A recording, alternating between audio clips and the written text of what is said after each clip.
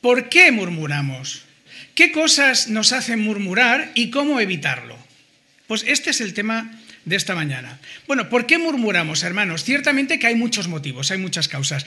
No podemos tratarlas todas en esta mañana, no vamos a ser exhaustivos, pero yo quisiera en esta mañana tratar al menos aquellas que he considerado que dentro de la Iglesia son las más habituales, las más frecuentes. A ver si somos capaces de sentirnos identificados con ellas, darnos cuenta de lo que estamos haciendo mal y corregirlo de acuerdo con lo que la palabra del Señor nos dice. Entonces, la primera causa, hermanos, que yo quiero exponer en esta mañana es: murmuramos por intereses personales, cuando defendemos nuestros intereses personales. Hay un ejemplo bíblico. ¿Sabéis cuando Jesús con los discípulos van a Betania, donde está Lázaro, donde está María, donde está Marta, van a cenar y María está ungiendo los pies de Jesús con ese perfume tan caro? ¿Y qué es lo que pasa? ¿Qué es lo que dice Judas? Pues nos dice el Evangelio de Juan, capítulo 12, versículo 5, dice Judas: ¿por qué no fue este perfume vendido por 300 denarios y dado a los pobres? Mirad que hablamos de un perfume carísimo. Un denario equivale a un jornal de un día. 300 denarios equivale al salario, a 300 salarios diarios, ¿no? Es casi todo lo que cobramos en un año, casi, ¿no? No era algo barato, era realmente algo caro, ¿no? Ahora imagínate a Judas. Judas era un hombre ambicioso.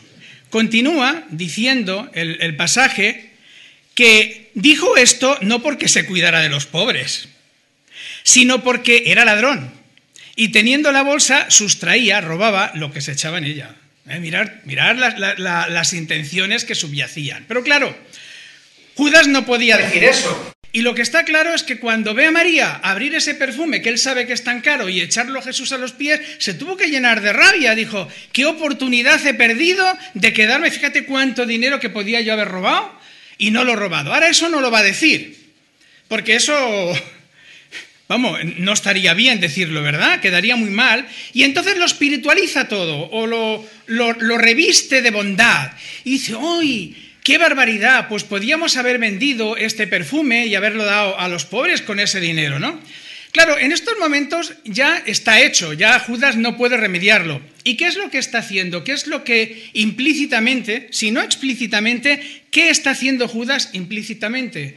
Pues está criticando a María y a Jesús. Porque cuando dice: ¿por qué no fue este perfume vendido?, está acusando a María y está acusando a Jesús, fíjate, de derrochadores. Mira qué bueno soy yo. Hombre, lo podíamos haber vendido y dar a los pobres. Mira qué sentimientos más nobles tengo yo. Y vosotros lo estáis desperdiciando. Entonces, esto nos tiene que hacer pensar que muchas veces cuando nosotros hablamos y decimos las cosas, especialmente cuando estamos defendiendo intereses personales, nos ocurre lo mismo a Judas, que ponemos una excusa, ponemos un pretexto, porque no podemos decir, no nos atrevemos a decir las verdaderas causas porque son inconfesables, era inconfesable el pecado de Judas, y entonces lo revestimos también de santidad. Hay muchas cosas, yo voy a poner un ejemplo, pero es solo un ejemplo. El más habitual, tal vez, es cuando no venimos a la iglesia, los pretextos que damos. Sabemos que como creyentes somos unidos a la iglesia, que la iglesia es el cuerpo, es como un cuerpo del cual formamos parte y que por lo tanto es bueno que estemos, necesitamos para exhortarnos, para amonestarnos, para alegrarnos, para tener comunión fraternal, para estrechar vínculos, para desarrollar nuestro ministerio. Eso lo sabemos todos. Pero luego siempre ponemos pretextos para no ir. Los más habituales, los que casi yo siempre oigo, es: no tengo tiempo, estoy muy cansado, tengo cosas que hacer en la casa, tengo que hacer deberes, tengo que estudiar. Claro, ¿qué vamos a decir, hermanos? Ahora, fijaos una cosa, ¿sabéis cuántas horas tiene una semana? 168. ¿Sabéis cuánto tiempo nos lleva venir a la iglesia a todas las reuniones? La reunión al culto dominical, el estudio bíblico y la oración. ¿Sabéis cuánto nos llevaría? 4 horas. Si quieres, si estás lejos, añádele el desplazamiento. 5. ¿Qué es ese tiempo en 168? ¿Realmente vamos a suspender el examen? ¿Realmente no podemos limpiar nuestra casa por esas 5 horas cuando disponemos de 168 horas? A que ninguno se lo creería. No, hermanos, ese es el pretexto, siempre es un pretexto. Porque tenemos 168 horas para hacer todas las cosas y lo que menos nos ocupa es el venir a la iglesia.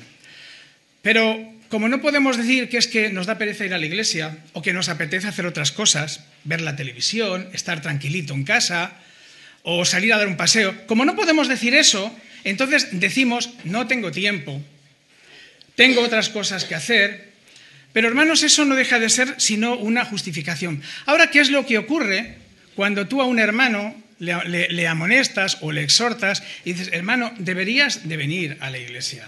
Pues que ese hermano se molesta normalmente, o cuanto menos se puede molestar. Tú se lo estás diciendo como una intención, porque sabes que ese hermano está apartado de la iglesia y esto origina problemas, no está creciendo, no es correcto. Y tú con la mejor intención le dices, hermano, pues ¿por qué no te esfuerzas en venir? No, es que no puedo. ¿Qué se ha creído, no? Y encima nos justificamos. ¿Y esto qué es lo que da lugar luego a la crítica, a la murmuración? Fíjate el hermano cómo es, no me entiende. Fíjate el hermano qué exigente es. Pues oye, que se dedique él tendrá tiempo, pero yo no sé. ¿Me entendéis? Porque tenemos que justificar igual que hizo Judas. ¿Por qué no se vendió? Pero no dejan de ser excusas, justificaciones. ¿Sabéis? Cuando alguien quiere hacer algo, siempre encontrará la forma de hacerlo. Pero cuando uno no quiere hacer algo, siempre encontrará un pretexto para no hacerlo. Ese es el problema.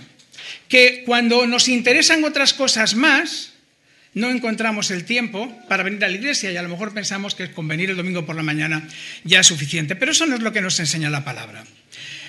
Pongo este ejemplo porque realmente es trascendente. Pensar que aquel que no se integra en la iglesia es una persona que, lógicamente, al no venir, al no estrechar vínculos con los hermanos, se siente desconectado de la iglesia. Y eso va a facilitar a lo mejor que sea susceptible, tal vez depende de cómo es cada uno, a lo mejor dice, cuando viene a la iglesia, mira, aquellos hermanos que bien se llevan, conmigo no me habla tanto, o no han contado conmigo para hacer esto o para hacer lo otro. A ver, no es la iglesia la que discrimina, evidentemente eres tú si no te integras. Y lo que enseña la palabra al respecto ya lo sabemos. Mirad, cuando yo me siento parte del cuerpo, cuando yo me siento parte de la iglesia, ¿cómo voy a murmurar de mí mismo? Sería un buen remedio, hermanos. Por eso estoy poniendo este ejemplo. No porque sea el único, ni mucho menos. Pero nadie va a murmurar de sí mismo.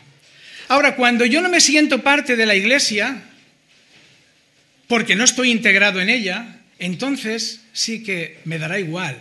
Y es más, lo haré para justificar mi conducta. Seré susceptible.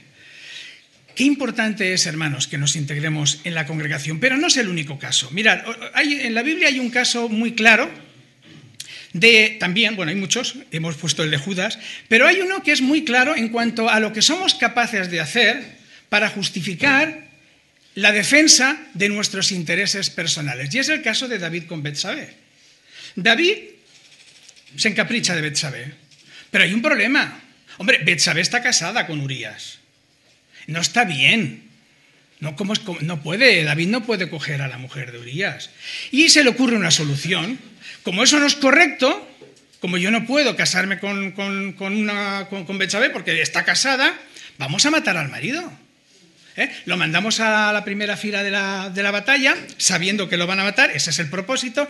Y ahora ya que lo matan, ya puedo estar con Betsabé. ¿Ves? ¿Qué legalismo? ¿Hasta qué punto llegamos a caer?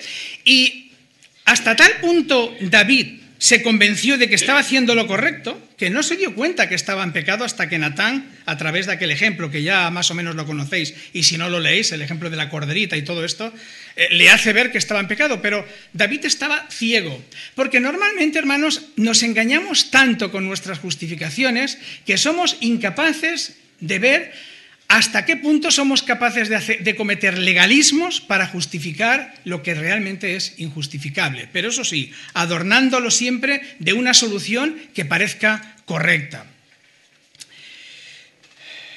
¿Cuál es el problema? Porque todo esto, como decía, nos va a llevar a murmurar, a estar hablando mal de la Iglesia, a estar quejosos con aquellos que nos llamen la atención.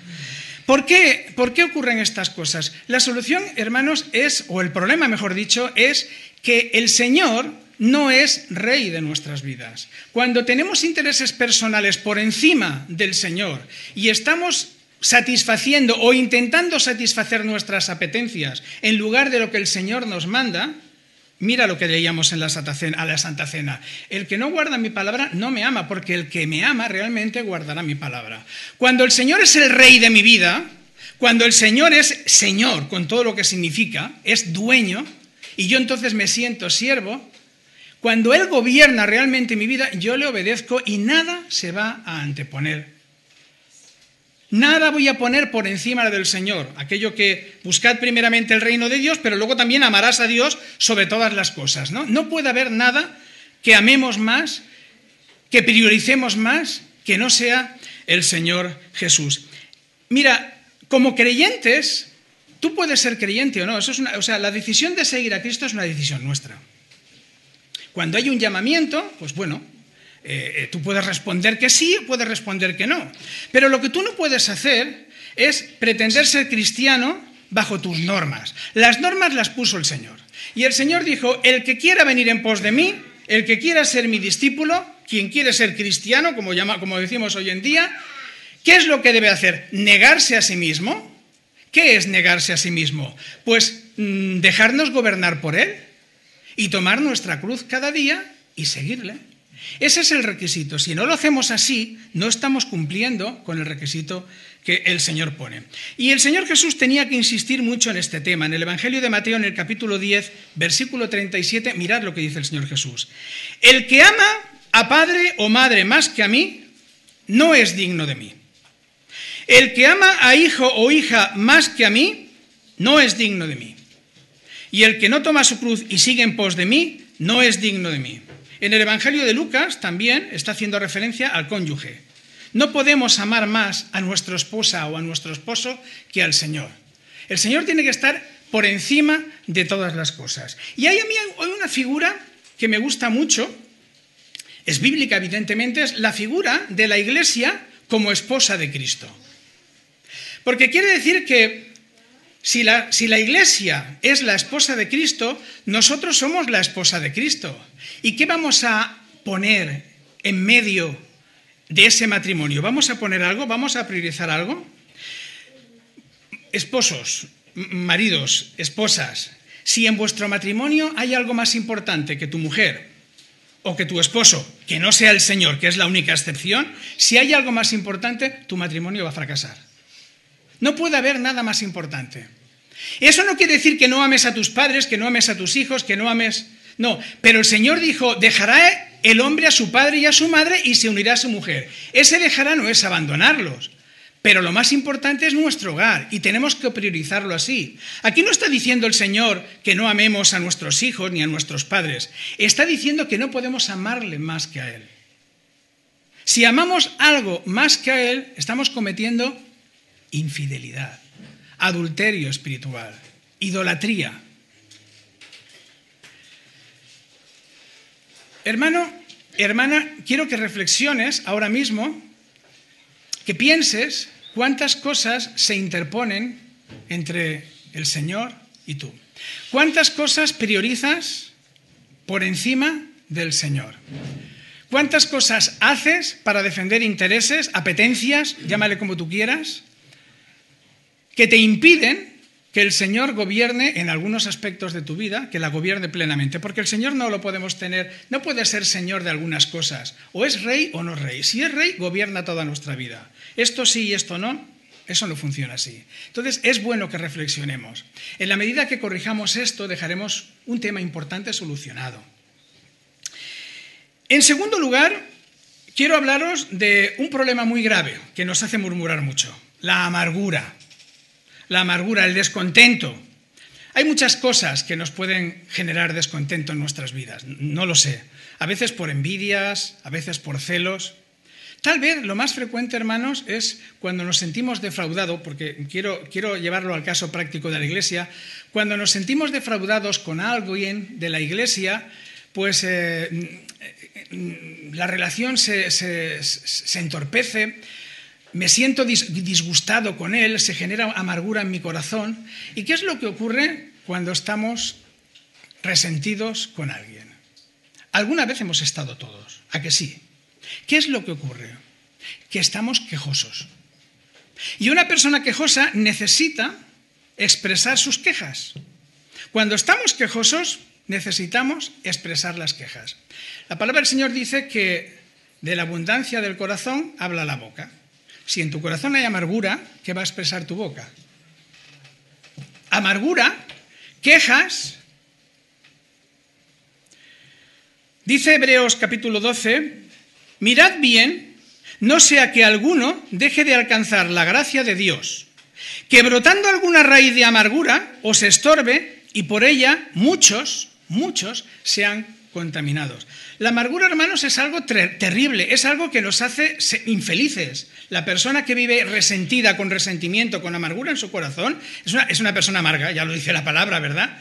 Y esa amargura además es contagiosa. Va a ir contagiando a los demás de su mal ánimo, de su crítica, de su murmuración, va a ir soltando veneno y va a afectar a los que están alrededor. Luego la amargura no solamente te afecta a ti, sino que afecta a los que están a nuestro alrededor. ¿Y por qué, hermanos, permitir que salga ese brote de amargura? No nos enseña la palabra que cuando alguien tiene algo tenemos que ser capaces de solucionar. Incluso antes de que se ponga el sol sobre nuestro enojo, no debemos de solucionar ese problema precisamente para no dar lugar a esa amargura y, como la palabra dice, para no dar lugar al diablo. ¿No nos enseña eso la palabra? ¿Por qué entonces permitimos, hermanos, que la amargura genere esa raíz consistente que crezca y nos amargue a nosotros y amargue a los demás? Cuando hacemos esto, hermanos, no estamos obedeciendo la palabra. La palabra del Señor dice muy claramente, y hemos dedicado muchas horas a estudiar este tema, que cuando alguno tenga algo contra alguien, tiene que ir a él a solucionarlo. Y no hay ninguna razón, no hay ninguna justificación para dejar de hacerlo.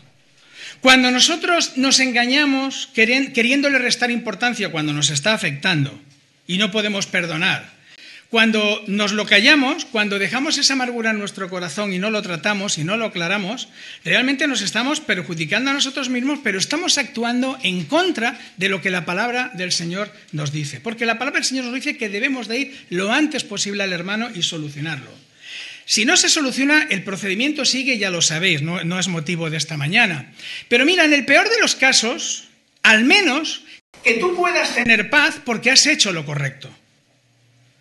Como dice la palabra, en lo que dependa de nosotros, estemos en paz con todos. Y si tú, habiendo hecho todo lo posible, no estás en paz, no consigues establecer la paz, al menos tendrás paz en tu corazón. Pero no sentirás amargura. La pregunta que me hago es, ¿por qué, si esta enseñanza está tan clara en la Biblia, constantemente estamos viendo hermanos que por la cara dices, algo te pasa, ¿no? ¿Qué te pasa, hermano? No me pasa nada. ¿Cómo que no te pasa nada? No me pasa nada. Yo me pregunto, ¿por qué, si está claro lo que la palabra del Señor nos enseña, por qué no somos capaces de actuar de esta manera, que es la sabia y es la que el Señor nos dice? He llegado a una conclusión, no sé si me equivocaré, si me equivoco, corregirme, pero yo creo que es por cobardía. Porque confrontar al hermano hay que tener cierta valentía, y somos cobardes. Y por cobardía nos amargamos y somos un problema, porque estamos amargando a los que están a nuestro alrededor. ¿Cómo poder solucionar esto, hermanos? Pues mira, dice Efesios capítulo 4, versículo 31, quítense de vosotros toda amargura, enojo, ira, gritería y maledicencia y toda malicia. Antes sed benignos unos con otros, misericordiosos, perdonándoos unos a otros, como Dios también os perdonó a vosotros en Cristo. Lo primero que tiene que prevalecer, hermanos, es, siempre que sea posible, el perdón. Si hay una cosa que es grave, habrá que tratarla, no podemos pasar por alto el pecado cuando es grave. Pero la mayoría de las cosas encima tenemos que reconocer que es pues tonterías, que nos sentimos mal, nos amargamos, a veces hasta por malos entendidos. Y eso, hermanos, mucho tiene que ver el que no nos sentimos parte, el que los vínculos no son lo suficientemente fuertes para que haya ese amor, para que fluya ese amor fraternal que debería de brotar entre todos nosotros. Y por cualquier actitud que vemos, enseguida ya saltamos, nos amargamos y estamos descontentos, dejamos de ir a la iglesia, criticamos aquí porque es que has visto al hermano aquel, uy, qué barbaridad, eso te ha hecho, eso me ha hecho, eso me ha hecho, ¿cómo es, no? Mira, la palabra del Señor es muy clara. Ve al hermano y si no estás yendo al hermano, lo estás haciendo mal. Y te estás perjudicando a ti, pero también estás perjudicando a los que están a tu alrededor. Otro tema muy importante, el orgullo. Al menos ese orgullo al que yo me quiero referir en esta mañana, ese orgullo que es como una herida que tienes en la mano. ¿Alguien se ha hecho alguna vez una herida en la mano? ¿Verdad que sí? A que todos los golpes van ahí. Cuando tienes una herida y te duele la mano, dices, hay que ver, me estoy golpeando constantemente, fíjate, como tengo una herida y todos los golpes me van a ir. No, no es verdad. No es verdad que todos los golpes te van a ir. Es lo mismo que siempre. Pero cuando no tienes herida, no te duele. Y cuando tienes una herida, entonces sí notas el golpe porque te hace dolor. Pues hay un orgullo, hermanos, que por muchas cosas se hiere. El que tiene ese orgullo siente dolor y se siente mal. El que no tiene la herida, el que no tiene ese orgullo, no se siente mal. Por eso vemos personas que reaccionan de forma muy diferente ante un mismo hecho. A ese orgullo me estoy refiriendo, hermanos, a ese orgullo que nos hace sentir mal, a ese orgullo que es una herida que siempre está recibiendo golpes y que por haber esa herida ahí que se llama orgullo, nos sentimos mal. Sentimos, por ejemplo, vergüenza por cosas que no deberíamos de sentir vergüenza. Es porque se hiere nuestro orgullo. Por ejemplo, a veces tenemos sentimiento de ridículo por hacer cosas, pero ¿por qué tienes que tener sentimiento de ridiculez por hacer esto si es lo más normal? Por el que dirán, porque se van a reír de mí. Muchas veces, hermanos, pues porque quien normalmente tiene esta clase de orgullo es alguien que necesita que le estén alimentando con palabras, regalándole los oídos. Uy, qué bien hace las cosas, qué bonito eres, porque tal vez quisiera ser lo que no es, y entonces en esa apariencia aparenta saber más de lo que realmente sabe y busca el reconocimiento de los demás. ¿Y qué pasa cuando a alguien que se cree bonito, que se cree guapo, que se cree que lo sabe todo, tú le dices que está equivocado? ¿Qué crees que pasa? Que se enfada. Le has dado la herida. Se enfada, hermanos. Es porque hay ese orgullo. Otro no se enfadará.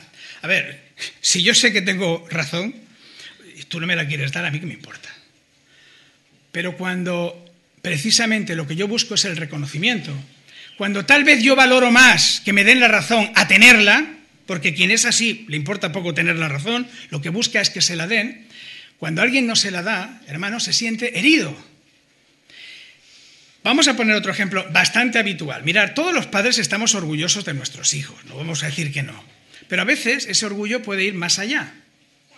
Y entonces, cuando creemos que nuestros hijos son los mejores del mundo y alguien nos dice, oye, mira tu hijo lo que ha hecho. Ah, no, mi hijo no. Ya hemos tocado el orgullo. Y mira que está bien, sentirse bien, estar contentos y orgullosos de nuestros hijos. Pero también, hermanos, ser realista, conociendo las limitaciones, ¿no? No sé, podemos decir muchos ejemplos, hermanos, de este tipo de orgullo. Ahora hay un problema. Hay un problema. Repito que podemos poner muchos ejemplos más, pero hay un problema. Cuando nuestro orgullo se hiere, nos causa dolor. Y cuando una persona tiene dolor, se queja. Y se queja, en el caso del dolor, se queja y se queja mucho. Dice la Escritura, mira lo que dice. El hermano ofendido es más tenaz que una ciudad fuerte. Y las contiendas de los hermanos son como cerrojos de alcázar. Fíjate tú cómo tienen que ser las cerraduras, los cerrojos de una fortaleza.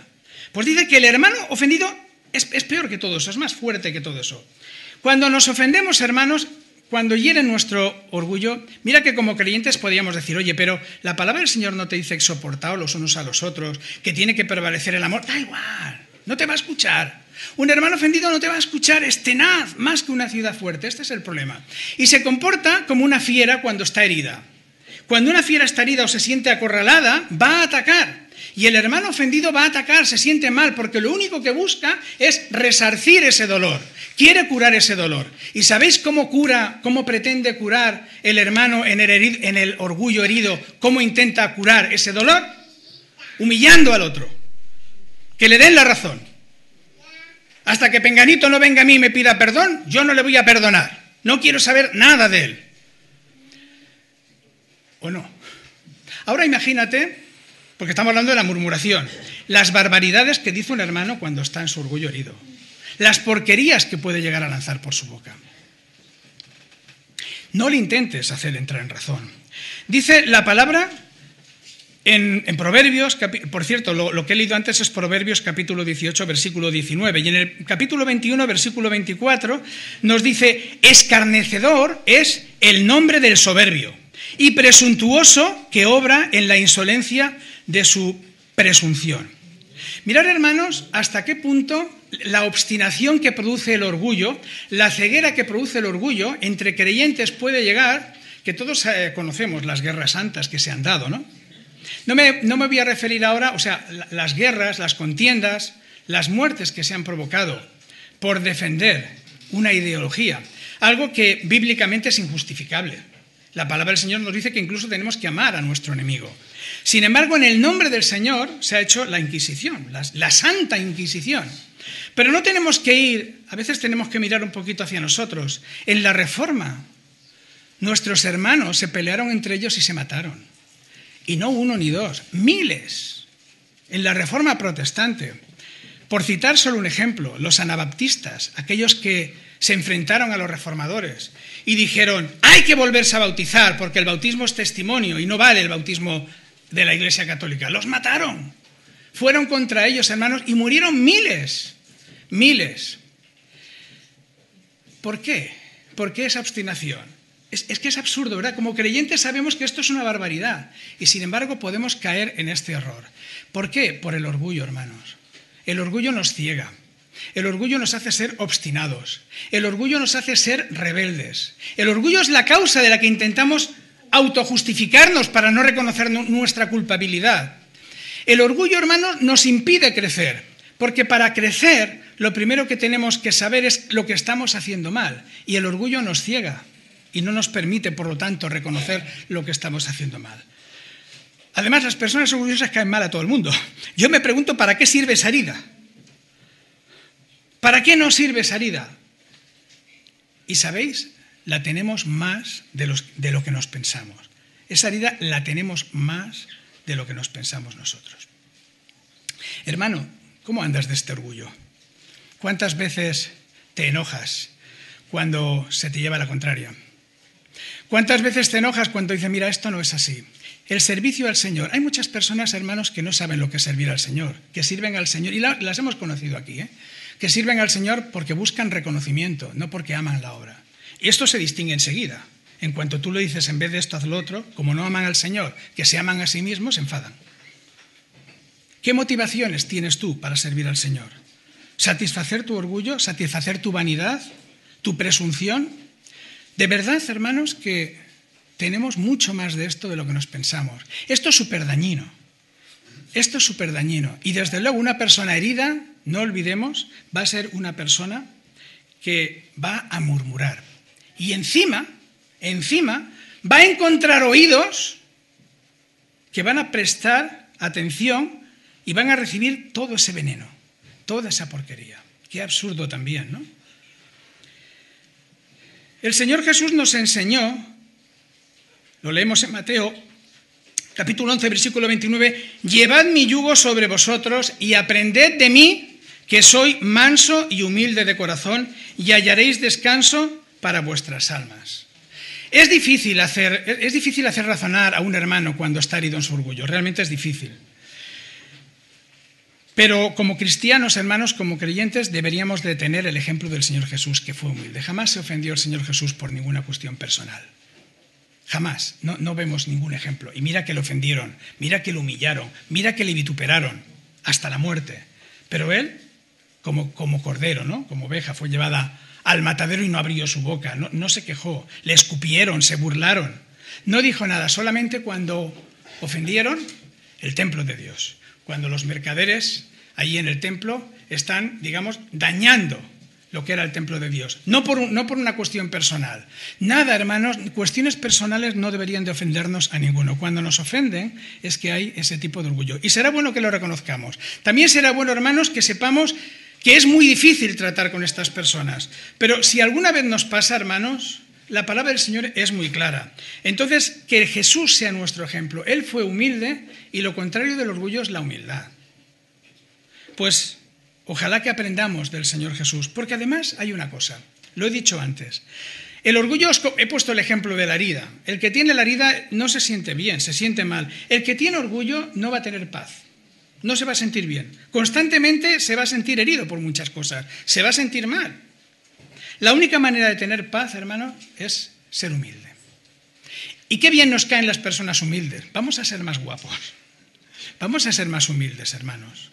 Y nos evitaremos disgustos, nos evitaremos dolor, pero también al mismo tiempo evitaremos que por esta causa estemos murmurando de aquel que consideramos que nos ha ofendido. Como cuarto y último caso, quiero hablar de una murmuración que es, bueno, toda la murmuración es dañina, pero esta es muy cotidiana, muy corriente y excesivamente dañina. Es la murmuración contra los ancianos, contra los que gobiernan la Iglesia, la murmuración contra los líderes de la Iglesia. Estar al frente, hermanos, ya es ser la cabeza visible en la Iglesia, ya es un motivo para que estar expuesto a la crítica. Da igual lo que hagamos, siempre habrá alguien que lo critique. Si haces esto, porque lo has hecho. Si no lo haces, porque no lo haces. De verdad, da igual. Siempre encontraremos a alguien que critique. Es como cuando ves un partido de fútbol y estás sentado allí, en tu sillón preferido, viendo el partido, y ahora viene tu jugador preferido, dispara y falla. Y le dices, tonto, qué inútil que eres, no sé, algunos lo dicen, ¿no? Como si tú lo hubieras hecho mejor. Qué fácil, hermano, se critica desde la silla, ¿eh? Pues muchas veces, hermanos, hacemos también lo mismo nosotros. No sé si somos conscientes, pero estamos murmurando de los ancianos. Y la palabra del Señor, como es conocedora de esta situación y sabe que es muy peligroso porque cuando tú atacas a los líderes de la Iglesia, estás atacando toda la Iglesia, porque los líderes están representando a la Iglesia. ¿A qué iglesia irías tú si te enteras que el pastor es un bandarra? ¿A cuál irías? No. Mira, muchos ya dejan de ir a la iglesia porque hay un hermanito que no les saluda. Fíjate tú si se enteran que es el pastor, que es ladrón o yo qué sé, o que tiene un amante, ¿no? Entonces tenemos que tener mucho cuidado, hermano, con la murmuración porque es sumamente dañina para la obra del Señor. Y el diablo tiene mucho afán, mucho interés en que lo hagáis. Pero la palabra del Señor nos advierte y nos dice en 1 de Timoteo capítulo 5, versículo 19, contra un anciano no admitas acusación, sino con 2 o 3 testigos. Y yo quiero hacer ahora un paréntesis y quiero que me prestéis mucha atención, todos. Porque hay una cosa que quiero dejar muy clara para no dar lugar a confusión. En esta iglesia, al menos, ningún anciano está exento de la disciplina de la propia iglesia. En esta iglesia ningún pastor ha sido puesto o ha sido impuesto. En esta iglesia, la propia iglesia ha reconocido y sigue reconociendo a quienes le están liderando, a los ancianos, a los pastores. Están con vuestro reconocimiento, están con vuestra aprobación. Y si no os parece bien lo que hacemos, tenéis todo el derecho a prescindir de nosotros. No hay ninguna imposición. Por lo tanto, si estamos ejerciendo el ministerio pastoral, lo hacemos porque vosotros reconocéis que hemos sido puestos por el Señor y lo estáis reconociendo y reconocéis que estamos cumpliendo los requisitos bíblicos al respecto, los que dicen en cuanto a los ancianos. Y el día que eso no sea así, repito, tenéis todo el derecho a prescindir, a echarnos, llamarle como queráis. Nadie os lo va a impedir. Es más, es lo que la palabra del Señor nos dice. La palabra del Señor no dice a los ancianos ni os metáis con ellos, que son mis ungidos. No dice eso la palabra del Señor. La palabra del Señor dice contra un anciano no admitas acusación, sino con 2 o 3 testigos. O sea, vamos a asegurarnos que no porque alguien esté molesto por lo que el pastor le ha dicho, ahora vaya por ahí esparciendo tonterías del pastor y tú te lo vayas a creer. No, esta es la idea, ¿no? Ahora, por supuesto, si el pastor está haciendo algo incorrecto, por supuesto que hay que echarlo, si se lo merece. Y en esta iglesia tenemos, además que cumplimos con lo que la palabra del Señor dice, tenemos los propios estatutos de la iglesia que contemplan el procedimiento a seguir para cuando hayan quejas contra los ancianos. Y son los bíblicos. Y dicen pues que si evidentemente hay algo, se debe de llevar a la iglesia y la propia asamblea decidirá y entonces pues si es necesario, oye, hasta dice que se puede echar y no por muchos votos, no penséis. Para que un pastor sea reconocido se necesita el 75%, para que sea expulsado pues la mitad. Por lo tanto, hermanos, esto me interesaba mucho dejarlo bien claro, porque no quiero bajo ningún concepto dar la sensación de que es que queremos tener carta blanca para hacer lo que queramos. En esta iglesia, repito, que tenemos el procedimiento bíblico a seguir para que si hay quejas contra los ancianos podáis hacerlo. Ahora bien, cuando un hermano murmura, cuando va a ti, no está siguiendo el procedimiento. ¿Qué busca ese hermano? ¿Qué pretende? Es frecuente, lo más frecuente. Os podemos contar los que gobernamos la iglesia muchas anécdotas de situaciones en las que especialmente cuando tenemos que ejercer la disciplina nos encontramos con dificultad. Porque ¿a quién le gusta, hermanos, ser disciplinado? Yo voy a dirigirme a los que sois padres, para que entendamos un poquito esta situación. Oye, padre, madre, cuando tú disciplinas a tu hijo, ¿qué hace tu hijo? Uy, muchas gracias, papá. Gracias por castigarme y dejarme sin postre. Gracias por no dejarme ir a la excursión. Gracias por castigarme y no dejarme ir con mis amiguitos. Así voy a aprender que lo he hecho mal y me estás haciendo un favor tremendo. ¿Alguien alguna vez, algún hijo vuestro se ha contestado así? ¿No se enfadan? ¿No se enojan? ¿No os miran así como diciendo, vaya padres que tengo? No, y muchas veces no lo dicen, pero... Hermanos, yo he sido niño y sé lo que he pensado de mis padres. Y tú también. Y tú también. Pues eso es lo que piensan tus hijos de ti cuando están molestos, cuando están enojados. Además, estamos viviendo en una situación realmente complicada. El otro día escuché unos datos realmente alarmantes. Escuchaba que, mirar bien, prestar atención, en el 10% de los hogares españoles, el 10%, de cada 10 hogares, en uno... Esto que está pasando en el hermano mayor, está pasando. Hay violencia física por parte de los hijos hacia los padres. En el 10%, no es una excepción. Podríamos pensar, cuando vemos el hermano mayor, a lo mejor pensamos, uy, esto debe de ser casos muy excepcionales. En el 10%. El siguiente dato era que en el 40% de los hogares, es decir, en la mitad de los hogares, casi, 40%, sufren violencia verbal, insultos. Yo pensaba... Pues si las estadísticas se cumplen aquí, más de un padre aquí ha tenido que recibir insultos de sus hijos. Vosotros lo sabréis. En cualquier caso, hermanos, yo conozco, en algunos casos, la dificultad que tenéis para educar a vuestros hijos. Que no podéis. Son niños, son adolescentes y os encontráis con dificultad. Y tenéis que recibir muchas veces el enfado. A veces hay padres que desgraciadamente abandonan y tiran la toalla. No hay cosa peor que hacer eso, os lo digo de verdad. Porque estamos obviando nuestra propia responsabilidad. Ahora, ¿sabéis qué causas dan los expertos del por qué está ocurriendo esto? Básicamente dan 2 razones, supongo que habrán más, pero básicamente dan 2 razones. Dice, esto suele ocurrir sobre todo en los hogares que ellos llaman hogares democráticos. Es decir, donde no hay autoridad. Se decide democráticamente lo que se hace. Esto pasa, ¿eh? Cuando los padres ceden la autoridad y pretenden que allí haya concordia y consenso, se están equivocando, porque están considerando que los niños, que los hijos que tienen que ser educados, tienen poder de decisión. Y ellos no entienden, ellos solo saben de sus caprichos, de sus apetencias. Este es un grave error. Por favor, hermanos, no caigáis en el error de permitir preguntar o intentar consensuar. Algunas cosas puede que sí, pero por regla general no. El padre siempre tiene que tener la autoridad. Si tú cedes a esa autoridad, si tú no ejerces la autoridad con tus hijos, ¿cómo quieres que te respeten? ¿Cómo quieres que te obedezcan? Y en segundo lugar, decían los expertos que es por culpa de la sociedad, porque vivimos en una sociedad educada en derechos, en solo derechos, pero no en obligaciones. Y eso os sonará. Tú dile a tu hijo que limpie la habitación. Ah, no. Pero cuando tu hijo quiere algo, lo quiere y lo quiere ya. Y no le digas que no, que se enfada, que sí. Bueno, pero yo decía, padres que estáis pasando por ese problema, ¿os imagináis ahora que nosotros, que no somos los padres, porque a fin de cuentas vuestros hijos viven en vuestra casa, viven con vosotros, están bajo vuestra patria potestad, les dais de comer? Si no podéis ejercer autoridad, ¿os imagináis cuando en la iglesia nos toca bregar con vuestros hijos, con esta clase de hijos, que por regla general más o menos suelen ser todos así?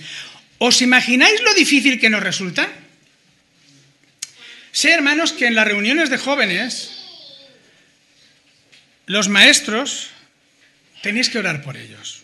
Los que han habido, los que hay, los que puedan haber. Porque lo pasan muy mal.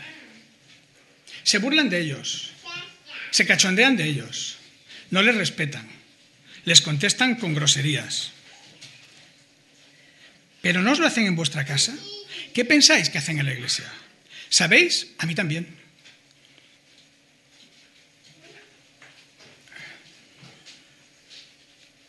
Ahora esos niños, ¿qué os van a decir? Es que la maestra... Se quejarán, y si se quejan de vosotros, no se van a quejar de nosotros, más todavía. Ahora, no pensemos, no le echemos toda la culpa a nuestros hijos, porque los hijos están siendo educados en los valores que les enseñamos los mayores, entiéndase, la sociedad. Por lo tanto, si los hijos se comportan así, es porque esos valores los inculcan los mayores. Y entonces ahora yo te pregunto, hermano, hermana, tú que sabes cómo reaccionan tus hijos, ¿cómo crees que reacciona un adulto cuando se le llama la atención, cuando se intenta ejercer la disciplina en la iglesia? ¿Ah, sí? Pues ahora me voy. O te dicen lo que te dicen. No sé, en algún caso, no sé si por educación o en algún caso algún hermano, o en más de un caso algún hermano ha aceptado a la primera la disciplina. Pero lo normal, hermanos, es que se enfaden con quienes la ejercemos, conmigo, con Gaby, con quien sea. ¿Lo entendéis que eso es así? A eso es lo que yo me refiero. A eso es lo que se refiere la palabra. Ahora estas personas, ¿qué van a ir diciendo? ¿Qué os van a decir? Vosotros no sabéis lo que ha pasado. Pero él, ella, quien sea, está quejoso, está enfadado, está enojado. Y una persona quejosa y enojada, ¿qué es lo que necesita? Desahogarse. ¿Y cómo nos desahogamos? Murmurando. ¿Y qué va a decir? ¿Cosas bonitas? No. Va a decir cosas feas. Eso lo teníamos que saber. Yo pregunto, ¿y por qué prestamos oídos a estas personas? ¿Por qué cuando a alguien se le disciplina en la iglesia tú pretendes contrastar y decir, uy, pues si el pastor te ha dicho eso hay que ver cómo es el pastor? ¿Por qué te lo crees? ¿Sabes? Tenemos una facilidad tremenda para tergiversar las palabras y decir las verdades a medias. Os voy a poner un ejemplo que ocurrió en Estados Unidos cuando un papa fue a visitar Estados Unidos. Cuando ese papa llegó a Estados Unidos, pues se interesó por las prostitutas. Hace poco las señoras veíais un documental. Son realmente mujeres desgraciadas que sufren mucho, que están muchas veces esclavizadas en esta trata, en este mercado que hay del sexo, ¿no? Y el papa, pues preocupado, cuando llegó, pues una de las primeras cosas que hizo fue preguntar por la situación de la prostitución. Al día siguiente, el titular en el periódico decía: lo primero que hace el Papa al llegar es preguntar por las prostitutas. Hermanos, era una verdad, pero malintencionada o no. Pues eso es lo mismo que ocurre. Yo estoy cansado de escucharos, muchas veces me lo preguntáis, yo no tengo ningún problema para explicarlo. ¿Y tú le has dicho aquello? A ver, ¿en qué contexto? ¿Cómo? ¿Cómo lo ha interpretado? No exactamente así. No es lo mismo decir que el Papa se preocupa por las prostitutas cuando llega, o a decir, el Papa lo primero que hace es preguntar por las prostitutas, ¿no? Como diciendo, ¿verdad que no es lo mismo? Pues así somos, hermanos. Y entonces la cuestión es que no podemos, hermanos, dejar de ejercer la disciplina porque os molestéis. Tú como padre vas a dejar de ejercer la disciplina con tus hijos. No lo hagas, no lo hagas, no desistas. ¿Sabes por qué? Porque tienes una responsabilidad delante del Señor. Y el Señor te va a pedir cuentas. Ojo, que si tú tiras la toalla porque dices ya no puedo más, bueno, estás incumpliendo la responsabilidad que el Señor te ha dado y tú eres responsable. A veces lo decimos, no es la Iglesia responsable de vuestros hijos, sois vosotros. La Iglesia ayuda, pero sois vosotros los responsables de vuestros hijos. Y el Señor os va a pedir explicaciones. Entonces, ¿dejaréis de educar a vuestros hijos porque estos se enfaden? Pues ahora la pregunta que yo digo es, ¿dejaremos la Iglesia, dejaremos los que gobernamos la Iglesia de cumplir con nuestra responsabilidad, ejerciendo la disciplina porque os molestéis? Bueno, vamos a aclarar una cosa. La mayoría os molestáis. Esa es mi experiencia, hermanos, lo tengo que decir. Pero también debo decir algo. Normalmente, también la mayoría luego reacciona, reflexiona y se disculpa y entiende las cosas. También es verdad. Y yo lo doy por bien empleado, hermanos, aunque no me gusta, pero ya lo tengo tan asumido. Pero digo, pues ha sido útil, ha sido bueno, ¿no?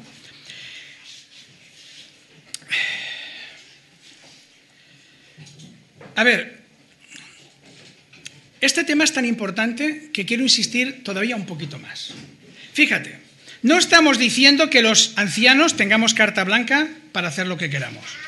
Estamos diciendo que nadie debería de escuchar la crítica de nadie contra un anciano. No debería de recibirla.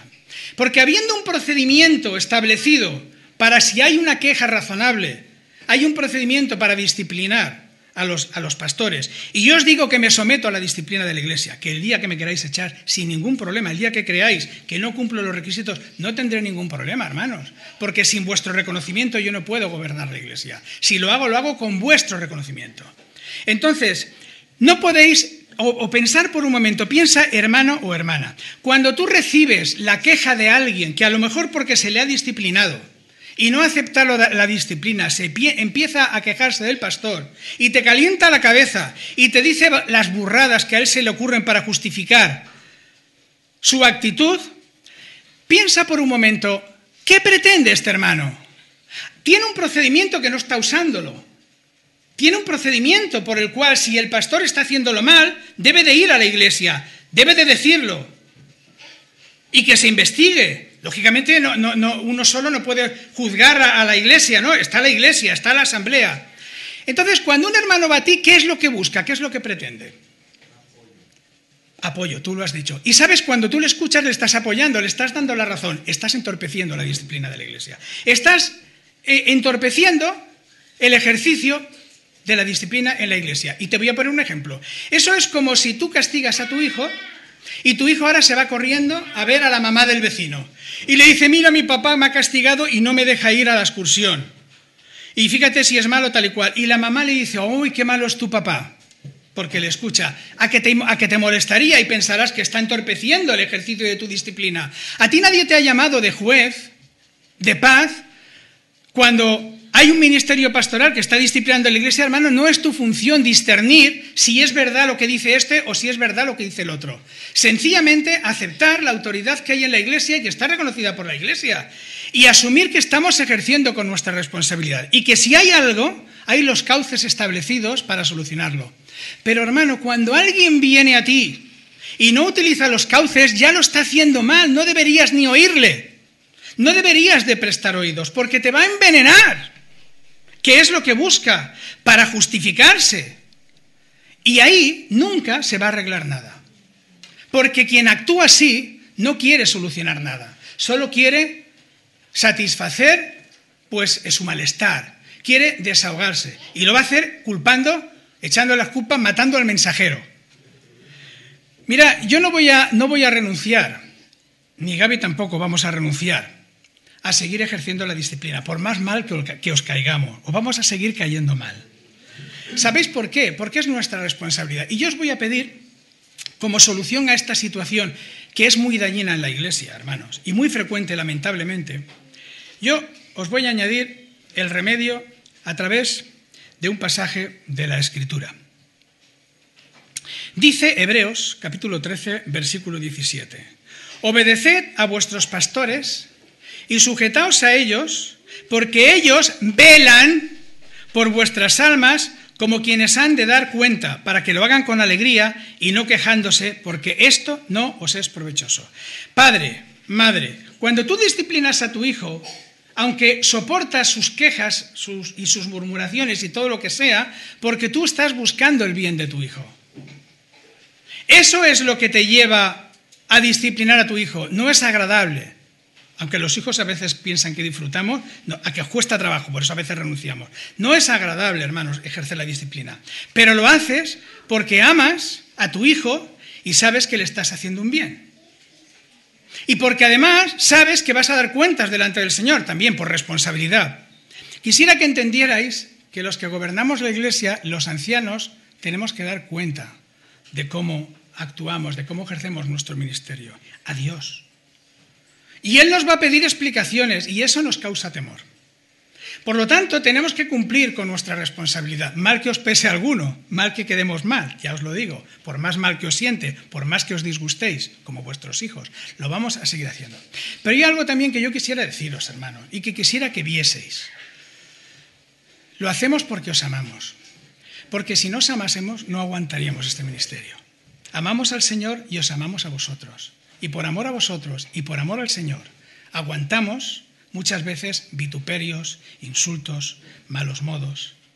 No hay ninguna razón, hermanos, y deberíais de entenderlo. Yo quisiera poneros un ejemplo que os ayudara a entender la labor que intentamos hacer. Cualquiera de vosotros, si decide practicar un deporte y va a un gimnasio, lo que desea es que su entrenador le haga ver lo que está haciendo mal. Porque es la forma de corregir y mejorar, ¿no? Correr mejor, hacerlo mejor, no sé, adelgazar más, lo que queráis, por el propósito por el que vayas al gimnasio. La Iglesia es el gimnasio espiritual. A la Iglesia no venimos, hermanos, a aguantar un rollo. A la Iglesia no venimos a hacer religiosidad. A la Iglesia no venimos a ocupar un lugar en un banco. A la Iglesia venimos para ser edificados los unos a los otros. Y especialmente la disciplina lo que pretende es corregir aquello que hacemos mal, para que de esta manera podamos crecer y madurar espiritualmente. Tengo que hacer otra vez referencia al orgullo. Cuando nuestro orgullo se hiere, entonces, hermanos, no queremos reconocer lo que estamos haciendo mal. Y esta es una fuente también de conflictos cuando nosotros intentamos ejercer la disciplina. Que los hermanos se hieren, porque ¿cómo te va a gustar que te digan que lo estás haciendo mal? Yo lo estoy haciendo mal. Yo quiero hacer las cosas a mi manera. Y entonces no cambiaremos, no mejoraremos. Pues hermanos, yo creo que tendríamos que ser agradecidos como al entrenador y decir, pues gracias, verlo así de esta manera. Porque creo que nadie en esta iglesia de los que habéis sido disciplinados puede decir que lo hemos hecho para ensañarnos, sino que siempre ha sido para corregiros de alguna actitud que no era correcta. Yo creo, hermanos, que deberíais de ver el porqué y no solamente permitir sentiros heridos muchas veces en el orgullo porque os disgusta que os digan que lo hacéis mal.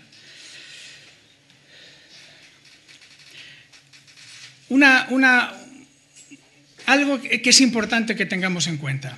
Mirad, cuando estamos murmurando de nuestros pastores, cuando estamos murmurando de nuestros ancianos, realmente estamos murmurando de Dios. Porque ¿quiénes somos los ancianos de esta iglesia? ¿Qué somos para que murmuréis de nosotros? No murmuráis de nosotros como personas, murmuráis de nosotros por nuestro cargo, por el ejercicio de nuestro ministerio pastoral. Las quejas, todas las quejas que yo tengo, que he tenido y que seguramente tendré, no las tendría si yo no estuviera ejerciendo mi ministerio. Pero por cumplir con nuestra responsabilidad, por cumplir con mi responsabilidad, es que soy juzgado, criticado y muchas veces vituperado, hermanos. Ahora, yo lo que quiero deciros es, cuando tú recibes esa queja, cuando tú recibes esa murmuración o simplemente murmuras, estás murmurando en primer lugar contra Dios, porque es Dios quien nos ha puesto y así la iglesia lo reconoce. ¿Recordáis lo de Moisés? ¿Quién es Moisés para que murmuréis de él? ¿Quiénes somos nosotros, hermanos, para que murmuréis de nosotros? Si estamos ejerciendo el ministerio pastoral, si lo hacemos mal, tenéis el procedimiento para echarnos. Y si lo hacemos bien, que nadie, hermanos, ahora individualmente quiera juzgar esa labor, porque entonces está ofendiendo a Dios y está ofendiendo a la Iglesia, porque no estamos ejerciendo el ministerio pastoral sin vuestro reconocimiento. Por lo tanto, quisiera, hermanos, que cuando os enteráis de una murmuración contra los ancianos, os sintáis molestos porque está ofendiendo a vosotros que nos estáis tolerando aquí. ¿Lo hemos entendido? Bueno, 4 cosas, podríamos hablar de muchas cosas más. Pero yo pregunto ahora, hermanos, ¿acabaremos con la murmuración en esta iglesia? ¿Acabaremos con ese cáncer? ¿Usaremos nuestra lengua para alabar al Señor? ¿O dejaremos que se inflame, como dice Santiago, del infierno? ¿Sabes? A un pastor se le ocurrió una idea para acabar con la murmuración. Poner un libro de reclamaciones. Eso se hace en muchas empresas, ¿no? El libro de reclamaciones. Oye, tú tienes una queja, una reclamación, ala, pero eso sí, nada de anónimo, nada de anonimato. Es que es muy fácil, hermanos, ir por lo bajo criticando a el pastor cómo es, o llamando por teléfono al otro, oye, mira lo que me ha pasado. Qué feo, qué sucio, hermanos. Eso es andar en la verdad, eso es andar en la luz, eso es andar en oscuridad, hermanos. ¿Qué pretende esa persona? No puede pretender nada bueno porque está andando en la oscuridad. Cuando hay verdad, la verdad quiere que salga reluciente. Ven a la iglesia, denuncia al pastor, ten la valentía de hacerlo. Si tienes razón, si tienes la verdad, y consigamos librar a la iglesia de ese lastre de pastor que tiene tan malo. Y así progresará. Claro, eso es lo que hay que hacer. Entonces, bueno, a este pastor se le ocurrió esa idea y la verdad es que fue buena. ¿Sabéis? Ese libro de reclamaciones, jamás nadie escribió nada en él. ¿Por qué? Porque entonces había que dar la cara. Amigo mío, ¡ay, qué fácil es ir por lo bajini! Pero dar la cara no, hermanos. ¿Queréis más demostración de la maldad del murmurador? ¿Y cómo pueden haber oídos todavía, hermanos? ¿Te crees tú que eres mejor que el que murmura por prestarle atención? No, ni vas a salir libre, porque tú vas a ser dañado por culpa de la murmuración. Por lo tanto, cuando alguien te venga con historias, primero, no aceptes murmuración de nadie, de ningún hermano de la iglesia. Vamos a tratarlo con él, vamos a solucionarlo, vamos a emplear digamos, lo que la Biblia enseña. Vamos a hacerlo así. Pero si me permitís, por la sensibilidad y porque es mucho más dañino, tampoco, lógicamente, recibáis ninguna crítica de ningún anciano de la iglesia. Hay el procedimiento a seguir cuando un hermano te venga, un momento, no me envenenes. Esto a la iglesia, al hermano, vamos a decírselo, yo te acompaño, pero no escuches porque tú no sabes lo que ha pasado y ahora te vas a poner entre la encrucijada a decidir quién miente, si tú o el pastor. Hombre, ¿ves? Pues, ¿pondremos un libro de reclamaciones? Bueno, a ver, si yo veo que sigue habiendo murmuraciones, vamos a poner un libro de reclamación, a ver si cortamos con eso. Bueno, espero, hermanos, de verdad, que no haga falta. No estamos hablando de una cosa insignificante, hablamos de algo muy grave. Yo ahora, un último consejo de las Escrituras, para terminar. Dice Proverbios 10:19, en las muchas palabras no falta pecado, mas el que refrena sus labios es prudente. Pues mira, hermano, el necio siempre habla para decir algo. El sabio habla cuando tiene algo que decir. Mira qué diferencia. Por lo tanto, no vayas por ahí hablando, diciendo lo que piensas, que muchas veces... No, es que yo soy sincero, yo te estoy diciendo lo que pienso. No, más bien piensa lo que dices y entonces serás más prudente y no cometerás esa maldad que es la murmuración. Filipenses capítulo 2, versículo 14, dice así, haced todo sin murmuraciones y contiendas, para que seáis irreprensibles, como corresponde, hermanos, irreprensibles y sencillos, hijos de Dios sin mancha, en medio de una generación, por cierto, maligna y perversa.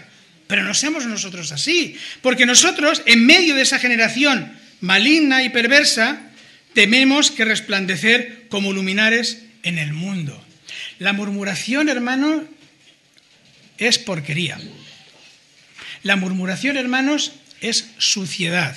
Tú tienes que ser un hijo de Dios y tienes que resplandecer como luminar. No puedes ser murmurador. Qué feos son los murmuradores. Qué horribles. Elimínate, hermanos. Quítate esa fealdad, eso que tanto te afea o que nos afea o que nos pueda afear. Erradiquémoslo de nuestra vida, erradiquémoslo de la iglesia y seremos más guapos. Y haremos un gran bien. Nos libraremos de uno de los peores males que hay, la murmuración, porque por ella viene la ruptura de la armonía en la iglesia, por ella vienen las divisiones, los enojos, las contiendas. ¿Para qué sirve la murmuración? Hay procedimientos, hermanos, para hacer las cosas bien hechas. Y yo no quiero que nadie se lleve la impresión, en este caso, y me refiero al último tema, una vez más insisto, en que es que queremos estar exentos de que se critique como debe de ser nuestra actitud. A mí personalmente lo he dicho más de una ocasión, incluso en reuniones de iglesia, quiero que me digáis lo que creéis que hago mal, porque no quiero hacerlo mal, quiero hacerlo bien. Y yo también quiero ser disciplinado, porque ser disciplinado es mejorar. Y eso lo sabéis los que estáis en la reunión de iglesia, que os lo digo más de una ocasión. Yo quiero que me digáis lo que hago mal, porque yo quiero correr la batalla para ganarla. Quiero tener mi recompensa. Y porque os amo también, hermanos. Y amo el ministerio que el Señor me ha dado. Respetemos, por tanto, hermanos, el ministerio pastoral y a todos los hermanos. Respetémonos los unos a los otros, edifiquémonos en amor, soportémonos, que tenemos que soportarnos muchas veces, hagámoslo y edifiquemos este edificio espiritual. No lo derribemos con nuestra murmuración. Que el Señor nos bendiga. Amén.